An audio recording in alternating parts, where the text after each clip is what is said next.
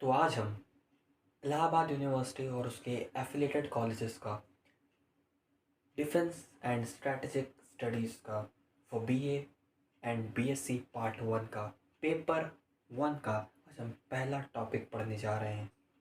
पहले पेपर का नाम है the art of war in India और इसका जो पहला टॉपिक है यूनिट वन का, उस टॉपिक का नाम है Indo Greek art of war with special reference to the battle of Hydaspes 326 BC. एक बेसिक आइडिया हमें ये मिल गया है इस टॉपिक से कि हमें इसमें क्या क्या पढ़ना है। तो हमें क्या क्या इसमें पढ़ना है। पहला है कि इंडो ग्रीक, इंडियन और ग्रीक के आर्ट ऑफ वॉरफेयर को पढ़ना है, plus with special reference to the battle of Hydaspes, और हमें इसके साथ साथ बैटल ऑफ हाइडेप्सिस पढ़ना है जो कि लड़ी गई थी 326 बीसी। तो चलिए स्टार्ट करते हैं। तो आज का वीडियो हम दो पार्ट में पढ़ेंगे, जिसमें पहले पार्ट में हम ग्रीक और इंडियन मेथड ऑफ वॉरफेयर को पढ़ेंगे और दूसरे पार्ट में हम पूरा बैटल ऑफ हाइडेप्सिस को पढ़ेंगे। आज का वीडियो में हम एक ही टॉपिक को दो पार्ट में डिवाइड कर लेते हैं।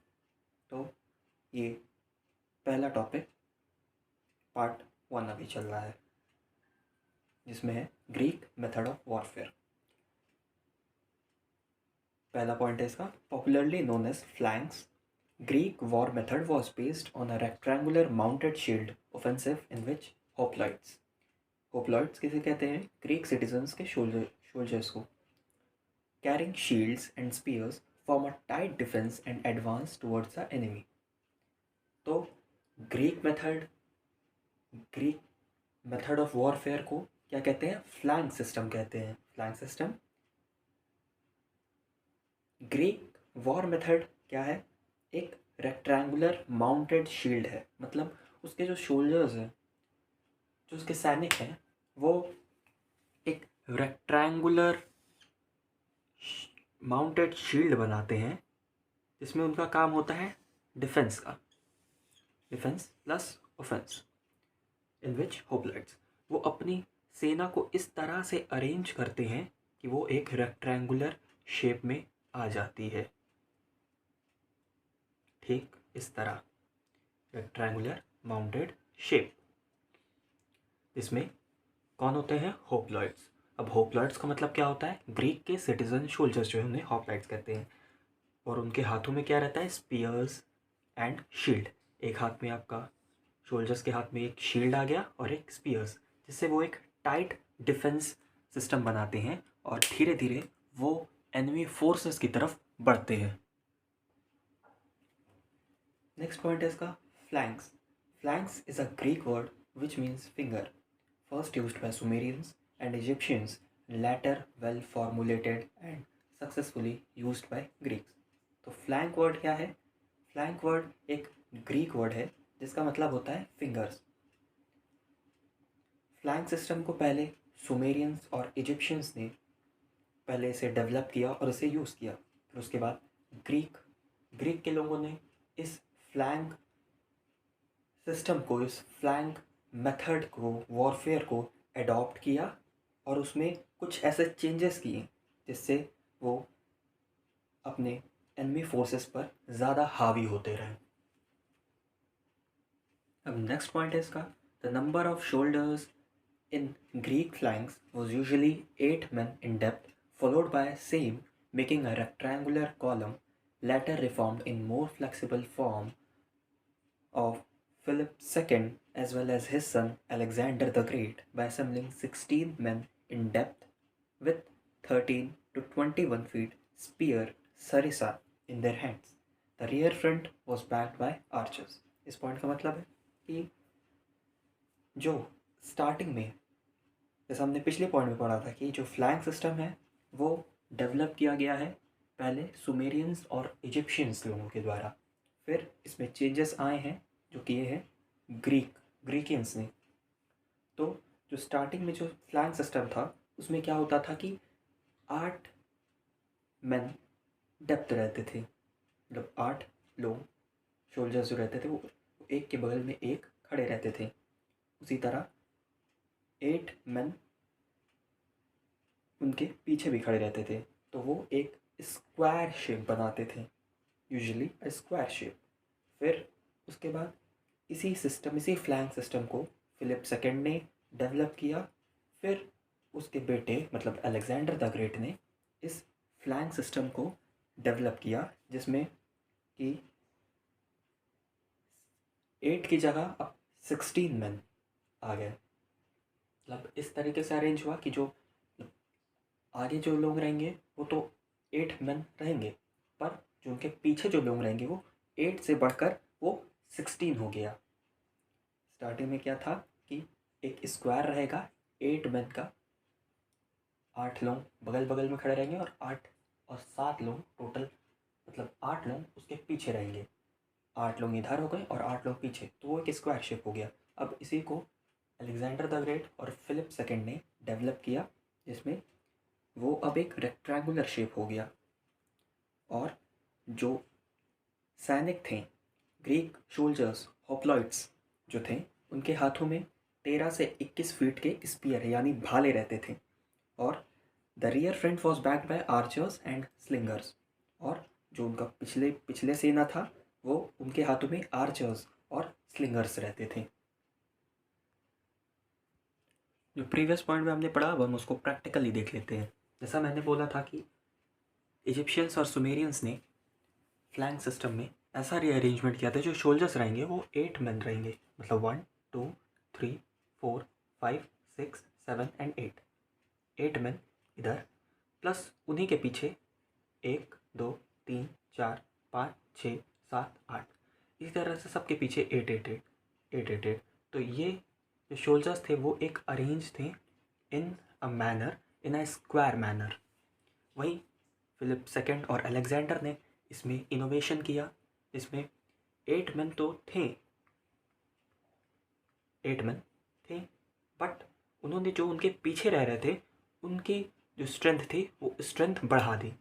8 मैन, 8 मैन।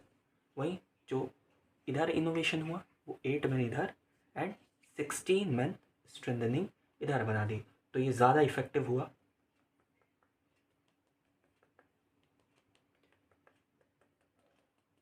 इसीलिए इसको कहा गया है कि ग्रीक मेथड ऑफ वॉरफेयर। ग्रीकियंस ने इसे टाइम टू टाइम इनोवेट किया है, इसलिए। नेक्स्ट पॉइंट है, the first flies held their spear horizontally while the remaining 11 files rest their spears on the shoulders of the front soldiers in a vertical way। तो क्या है कि जो आगे के जो 5 सोल्जर्स रहेंगे वो अपने जो हाथों में जो स्पीयर रहेगा, एक हाथ में स्पीयर और एक हाथ में शील्ड, इससे वो डिफेंस प्लस ऑफेंस दोनों कर सके। तो जो पहले फाइल्स रहेंगे हेल्ड देयर स्पीयर्स हॉरिजॉन्टली, वो अपने स्पीयर्स आगे की तरफ करे रहेंगे, सॉरी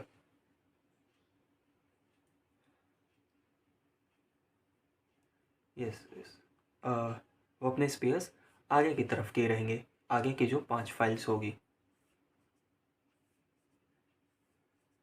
5 फाइल्स के बाद क्या होगा, जो उसके पीछे के लोग रहेंगे, मतलब 11 फाइल्स जो रहेगी, 11 files rest their spears on the shoulders. अब ये जो जो पाँचवें के बाद जो छठवां रहेगा वो अपना स्पीयर्स, वो जो अपने आगे जो 5वां शोल्जर रहेगा उसके कंधों पर किया रहेगा। उसके बाद छठवां, उसके बाद 7वां 6वें वाले के कंधे पर, 8वां 9वें, ऐसे ऐसे ऐसे वो एक ऐसा सिस्टम डेवलप करें। कुछ स्ट्रक्चर इनका ऐसे था, ऐसे, इससे वो अपनी सेना का डिफेंस प्लस ऑफेंस दोनों कर सके। ये तो था ग्रीक वॉर मेथड। अब इंडियन वॉर मेथड पढ़ते हैं। इंडियन आर्ट ऑफ वॉरफेयर क्या है तो देखते हैं। पहला पॉइंट है, the Indian military formation view was mainly based on tactical use of famous Chaturanga Sena, which consists of chariots, rath, trained elephant, gaj, cavalry, Ashwasena, and infantry, foot soldiers, पैदल सेना। तो पढ़ने से ही लग रहा है the Indian military formation. Indian military formation को क्या कहते थे? व्यू कहते थे। जैसे महाभारत के टाइम में जब लड़ा जाता था तो वो मेनली क्या रहता था? वो व्यू रचना पर आधारित रहता था। Was mainly tactical use of famous chaturanga sena. क्या था वो? इंडियन मिलिट्री फॉर्मेशन चतुरंग सेना पर था। चतुरंग मतलब 4 अंग हैं जिस सेना के, उसे चतुरंग कहते थे। इसमें चतुरंग सेना में क्या आता था? चैरियट्स। चैरियट्स क्या? रथ। ट्रेंड एलिफेंट्स, जैसे वॉर एलिफेंट्स जैसे हम कहते हैं, गज। कैवलरी, कैवलरी क्या है? अश्वसेना। अश्वसेना मतलब जो घोड़े पर बैठ कर जो युद्ध करते थे उसे अश्वसेना कहते हैं। और इन्फेंट्री, इन्फेंट्री मतलब जो फुट सोल्जर, जो पैदल रहेंगे। नेक्स्ट पॉइंट है, as mentioned in our ancient war text, soldiers formation was usually based on formation by enemy and terrain.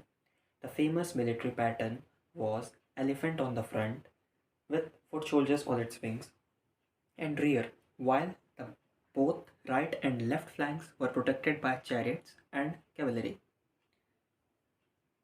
Ancient war जो टेक्स्ट है उससे हमें ये इन्फॉर्मेशन मिलती है कि जो सोल्जर्स का फॉर्मेशन जो होता था वो एनिमी की फोर्सेस को देखकर होता था कि कैसे वो जो हमारी एनिमी फोर्सेस है उनकी सेना कैसे सजी हुई है, तो उस हिसाब से, या अगर टेरेन के हिसाब से, जैसे पहाड़ी इलाका है तो वहाँ के टेरेन को देखते हुए, वहाँ के एनिमी फोर्सेस को देखते हुए फॉर्मेशन होगा ट्रूप्स का।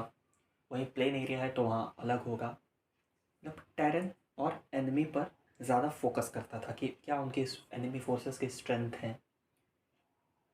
फिर और जो फेमस मिलिट्री पैटर्न है वो था कि एलिफेंट को आगे कर दिया, ठीक है। फिर जो हमारे जो इन्फेंट्री है मतलब फुट सोल्जर्स है उनको विंग्स पर कर दिया और पीछे कर दिया। और राइट और लेफ्ट फ्लैंक जो है वो चैरियट्स और कैवलरी से सेव कर दिए गए। देखिए, जैसे जो कॉमन मिलिट्री पैटर्न रहता था इंडियन आर्ट ऑफ वॉरफेयर का, वो था कि आगे एलिफेंट्स को कर दिया। आपके डिफेंस में ये सभी जो भी डायग्राम है यूज़फुल, वो आपको पेपर में बनाने पड़ेंगे तभी उसके एक्स्ट्रा मार्क्स मिलेंगे। और एलिफेंट्स आगे हो गए, प्लस उसके पीछे क्या था? Foot soldiers. हमारे फुट सोल्जर्स कहाँ? फुट सोल्जर्स हमारे यहाँ इस्टेब्लिश हो गए विंग्स पर, प्लस यहाँ बैक साइड प्रोटेक्शन करेंगे। वहीं लेफ्ट और राइट विंग में हमने चैरियट्स लगा दिए हैं और कैवलरी लगा दी गई है। मतलब घुड़सवार और रथ, राइट और लेफ्ट। और सेंटर में जो भी उसका उस स्टेट का जो रूलर है, किंग हो गया, वो रहता था ताकि वो खुद को सेव कर सके। ये कॉमन मिलिट्री पैटर्न था। नेक्स्ट पॉइंट है, मेजर वेपन्स वर स्वॉर्ड्स, स्पीयर्स, गदा, बो एंड एरो। क्या था कि जो मेजर वेपन्स जो इंडियन आर्ट ऑफ वॉरफेयर में लड़े जाते थे वो थे स्वॉर्ड्स, तलवारें, स्पीयर्स, भाला हो गया, गदा, गदा तो आप सभी जानते हैं, बो एंड एरो, तीर और कमान, ये हमारे मेजर वेपन्स थे। तो आज की वीडियो में बस इतना ही, जिसमें हमने आज ग्रीक और इंडियन आर्ट ऑफ वॉरफेयर के बारे में पढ़ा। अब नेक्स्ट वीडियो में हम बैटल ऑफ हाइडेप्सस को अच्छी तरीके से समझेंगे कि कैसे अलेक्जेंडर आया और उसने कैसे क्लेवरली हाइडेप्सस मतलब झेलम नदी को कैसे पार किया उसने, प्लस कैसे उसने पोरस को हराया, वो हम सारा डिटेल्ड एनालिसिस अगले वीडियो में पढ़ेंगे। तब तक के लिए थैंक यू।